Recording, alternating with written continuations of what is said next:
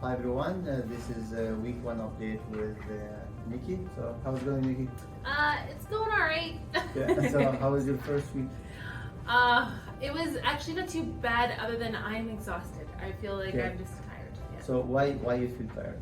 I'm pretty sure it's cutting back on sugar. I was watching the documentaries on sugar, and the thoughts behind it are pretty amazing. Like, I always knew sugar is not great for you, but to Correct. see how, like, even some of the tests that they did with animals and things Yeah. like that, the difference that it made in the animals was amazing, because it shows how much it affects our body. Very good. And did you lose any weight over the last 7 days? Yes, I did. I lost 4 pounds. Oh, 4 pounds. Wow, that's very good start. Yeah.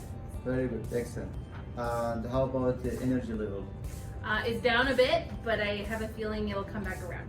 Very good, very good. Okay, excellent. Thank you so much, and I look forward to an interview with you next week. Okay, Thank you. no problem.